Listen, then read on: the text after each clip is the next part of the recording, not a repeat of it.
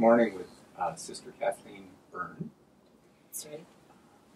Sister Kathleen, you've had a long history with the Presentation Sisters. You've been in education, taught school.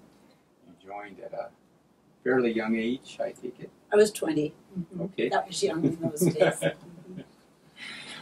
I wanted today to focus on a particular aspect of your ministry work, which has been working with the South Dakota State Legislature, which is something a lot of people would think, well, why are the sisters involved with? Should we be combining church and state? Isn't that crossing the line? What are these sisters doing down in Pierre at the state capitol? So maybe you could talk a little bit about that, what kind of work that you do down there, how you see that as being part of the overall mission of the Presentation Sisters. Maybe how does that tie in with Nano Nagel herself? However you see that. Well, I would say, first of all, you're correct, Martin. My background is in education initially. And then, interestingly enough, both Sister Lynn Marie and I ended up in our later years getting canon law degrees. Mm-hmm. But that, I think that if I had to say what has influenced me the most in my educational life, it was my years when I taught preschool. Oh, really? And parent education. Those were days that taught me some really valuable lessons. And I believe that when I came back to Aberdeen in 2004 from my involvement outside of here, I got involved with some issues that related to justice. And of course, justice was one of Nano's primary concerns because she lived in the penal times and had to be very, very careful and very much under the radar in those days. But we, as a congregation, have been involved with justice. In fact, we stated in one of our chapter meetings back in the early 2000s that justice is our work. And so we have gone with that as one of the leads of what we do. And so I suppose when leadership asked Sister Lynn Marie and I to get involved in the legislature, it was an outgrowth of that. And it was in the fall of 2015, and we did not have much of a clue. I had been to the legislature, obviously, several times, testifying on specific issues, primarily the death penalty at that time. We were working pretty actively with that. But to go and spend 9 weeks in Pierre, wow. Which is what our legislative session is, basically, that was a new responsibility. And we went, we take a vow of obedience, and we went. And it was a learning experience, but we were very fortunate because we had a couple of women who had been in the legislature, Deb Fisher-Clemens, who works with the Avera Health System as a lobbyist, and Julie Johnson from here, who also was willing to work with us and kind of say, okay, this is how it works. So they were our mentors before we got there, just to say, do this, you can't do that, be careful here, just the rules, kind of. And we just went and tried to learn every day what was up. And at that time, the issues that we focused on were the expansion of Medicaid, of course, was one issue that was national, but it also affected the state. And then teacher pay. We were involved with that. And then those were probably the two main ones, plus the death penalty, and then the issues that dealt with the SNAP program for welfare, those who needed assistance with food, that kind of thing. that was where we pretty much put our emphasis the first year. Mm-hmm. And by the end of the first year, we were a little wiser than we were at the beginning, but we also knew the system. And in the South Dakota Legislature, the real, if I would say, the influence of lobbyists happens in the hallways when you meet the legislatures one-on-one and visit with them, and also in the committee structure. Because every bill or every resolution that is coming has to go through a committee first. And so we found that that's where, if our voice was going to be heard, it would be in the committee meetings. So you're allowed to attend those committee meetings? We are not only allowed to, we're encouraged to. Okay. They're open to the public. Anyone can come in and testify if they sign in for a day. As a pledged lobbyist, which means we pay a little fee and we get a badge, then we have free access to the committees pretty much. And so that's where we started putting our emphasis. Was one of the most difficult things about being there is that you aren't always sure what day something is going to come before the committee until maybe the night before. Okay. So we spend a fair amount of time on our computers in the evening finding out, just what time and where the committee is meeting and preparing if we're going to testify. So since the first year, in the last 3 years, of course, it has broadened. We've spent a lot of our time with the immigration issues. That's probably been one of the most painful, and yet where we feel a fair amount of influence by taking a stance publicly. And Nano certainly would have done that. I guess the fact that our foundress was very astute, but she was not afraid to stand up to the powers that be either. And we have had to do that. And we've done it with the support of our congregation. So then the last couple of years, the immigration issues, the taxes, food tax, where's the money going to go? How can we support both the education and do something about health care, especially for those who are impoverished? And then most recently, the last 3 years for sure, the issues of the transgender bills have come up with, it was called the bathroom bill, But that has been a very painful and very difficult walk for many of the legislators as well as the lobbyists. But we have we've tried to focus on humanity and what is the right thing to do. Where does our belief that God loves everyone come in? And so that's where we've worked the last few years too.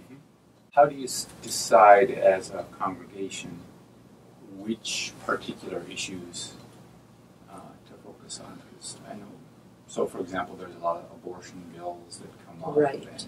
and so you have to, so in different areas of justice or doing the right thing, as you say. So Right. as a congregation, how do you decide?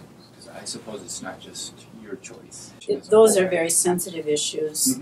Certainly we would vote against anything that promoted abortion. There's no question about that.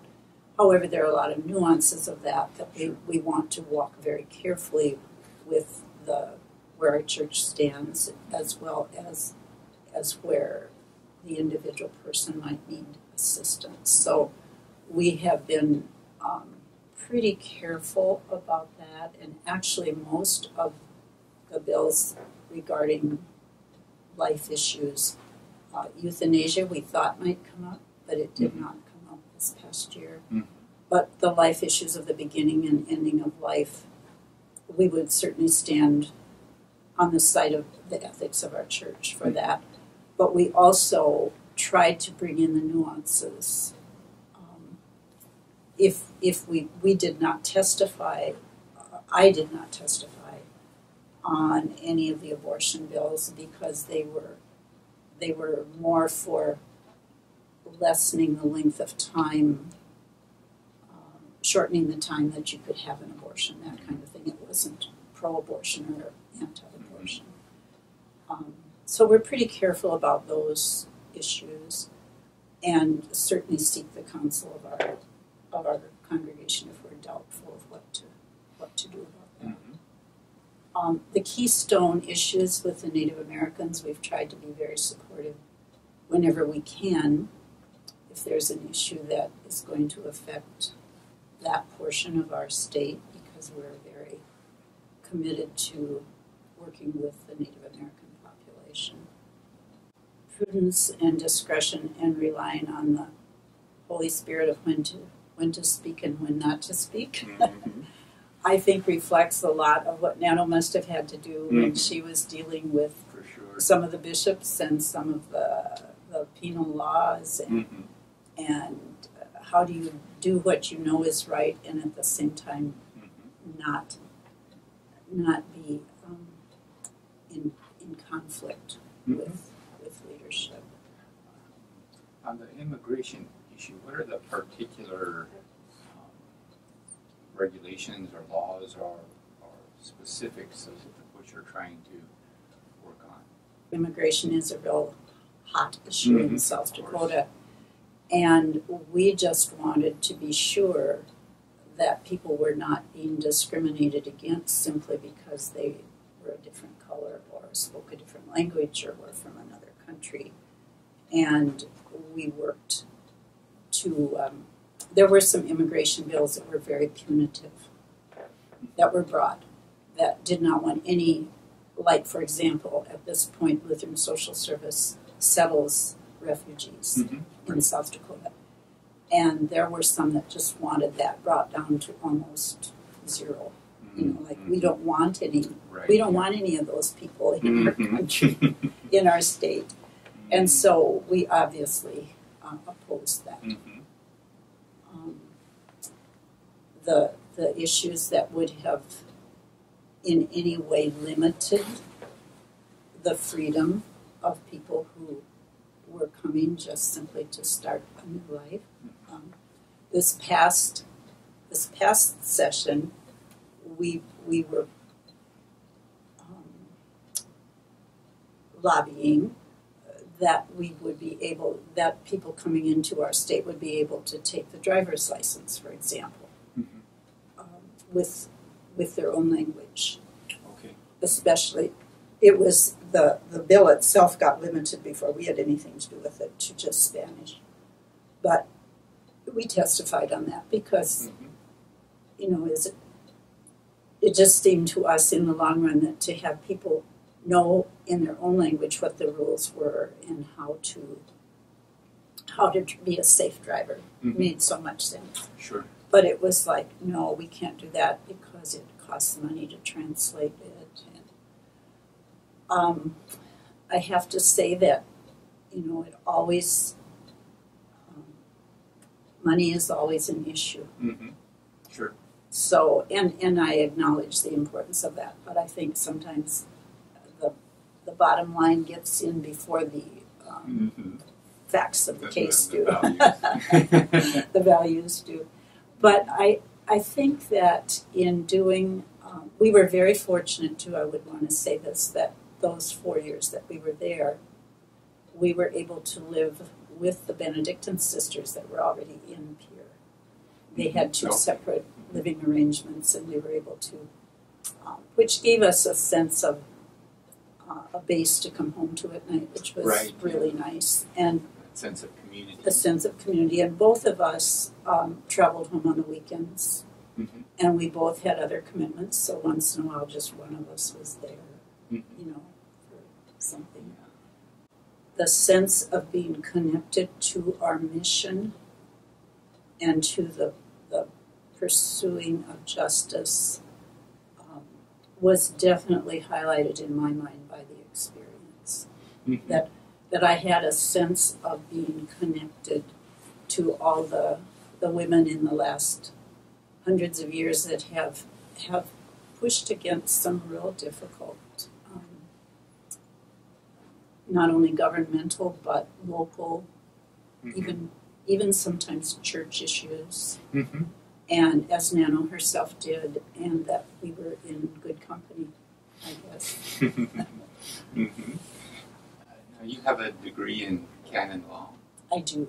Okay. Now, how just on that topic of working with the legislature or with law, what first got you interested personally in doing that sort of work? Or In canon law? Yeah, studying that field of It's law. called the vow of obedience. I So did not choose choice. it. No, I did not choose it. It was suggested, and it was actually suggested. I was doing education work, and it was suggested by the local bishop. I'm still not sure if he wanted me out of education or into canon law, but anyway, it was suggested. And I just thought it was a foolish suggestion, so I took it to our leadership, and they didn't think it was foolish. They thought it was probably a good idea. So that was a long time ago. And actually, I would have to say, and I think Nana would say this too, that every single thing that she did in her lifetime, from going to a hedge school to having to go to another country to get her education, to getting involved with the social life, and then finding that wasn't answering her needs, and coming back to to work with the poor. Mm-hmm. I think all of those she learned from each one, and I would have to say that in my 61 years of religious life, and certainly the 20 years I spent before that, I have learned from everything that I've ever done. Mm-hmm. And I think the accumulation, or the adding all those experiences together, is the gift of what those of us who are older can share. Mm-hmm. Because things happen for a reason, and you do what you have to do at the time, and then you learn something there and take that lesson to the next stage. Yeah. Do you see connections between your work in canon law and what's going on in the legislature? Well, canon law is church law, Mm-hmm. so it basically deals with church issues. Mm-hmm. But it has given me a framework of respect for the legal system, Mm-hmm. and the power of law, Mm-hmm. and the need to follow the law, but to also know that there is both the law and the person. Mm-hmm. I think it has been a helpful background. Mm-hmm. I don't use it as such Mm-hmm. in the work of the legislature, because it's not the same domain. Sure. Yeah. But I certainly have learned principles that have been helpful. Mm-hmm. Yeah. As I read about Nana Nagel, that's one of the big issues in her own life, was this idea of the law, because the law of the land Was totally against it what she says, was doing. didn't allow children to receive a Catholic education. So she was deliberately breaking the law. And so how? Yeah. Do I is that deliberately break the law? Do you think about that? How do you reconcile what the law is? Because obviously she considered this. She broke the law because she considered it unjust. Mhm. It was a violation. And I don't know if she would have used those. A violation. language. It was. Violation of their human rights. Right. That's more about Right. our terms. I don't know if she Right. would have used those, but that was certainly her motivation.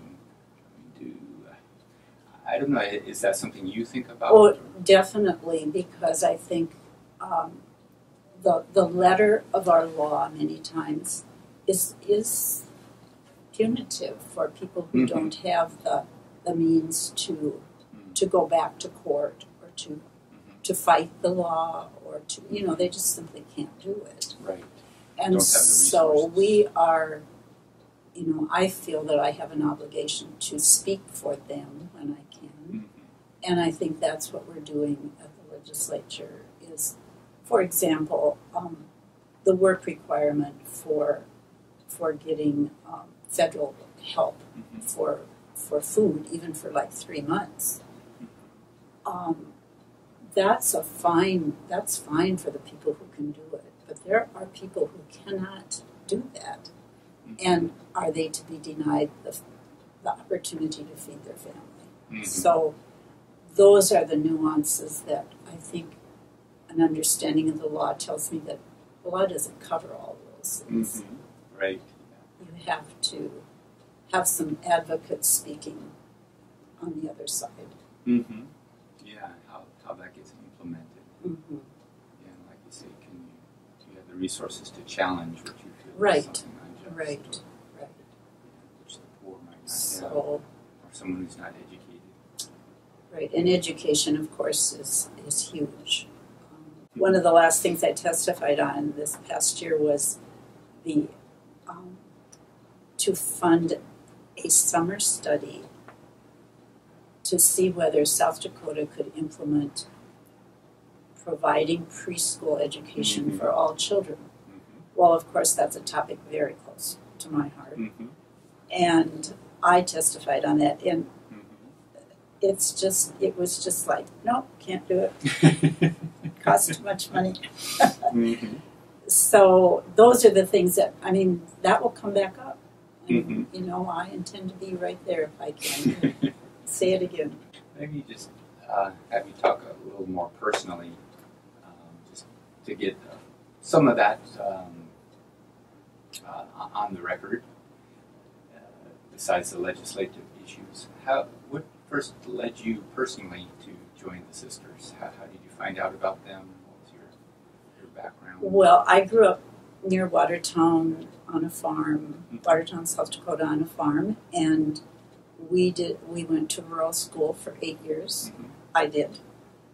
And my only experience with religious was they would come for 2 weeks each summer and teach us catechism. And one of the presentation sisters was actually my godmother. She was a daughter of some friends of my folks. So she would come back, and so I knew about her. And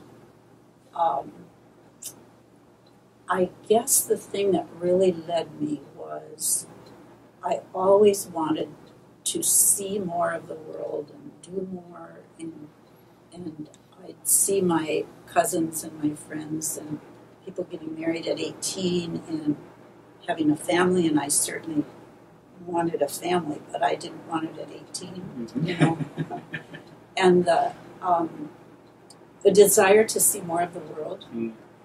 One of the things that we had in our rural school was this little newspaper that was the Weekly Reader, I think is what it was called.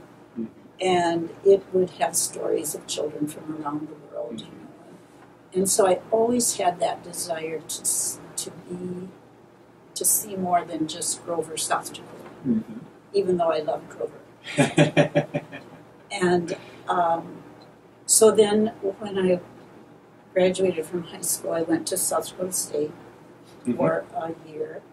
I took home economics because I had a really good background in 4-H. And I was, at that time, knowing that I needed to make some decisions. Was I going to go the route of getting married, or was I going to go the route of something else? And I just decided that I could try religious life and see. I'm sure that my godmother was praying for me. I'm going to ask her as soon as I see her again. She has died. But I thought I'll try it. And here I am. So something must have connected with you. It did indeed. And I think it was the bigger picture, today we'd call it the universe story, but I think in those days it was just that the world is big and God has concern for all the whole world, and I'm a little piece of it, and I can do more in community than I can do by myself. So yeah. And so your early work in education, then, was that a matter of your own personal choice, or was that obedience again that you were told well, to I'll be tell you, be a teacher? I had that 1 year at SDSU, and then went back summers to finish my degree. So it took me like 9 years to finally get my bachelor's degree. But in the meantime, we could teach on a 2-year certificate. And I had gotten a 2-year teaching certificate from here. So I was assigned because I was tall, and I wore a black habit, and I looked pretty severe, you know. And so I was given an 8th grade class for my first year of teaching.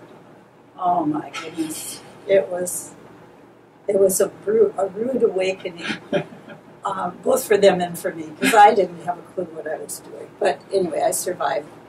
So I taught junior high and then senior high for probably 9 years or so.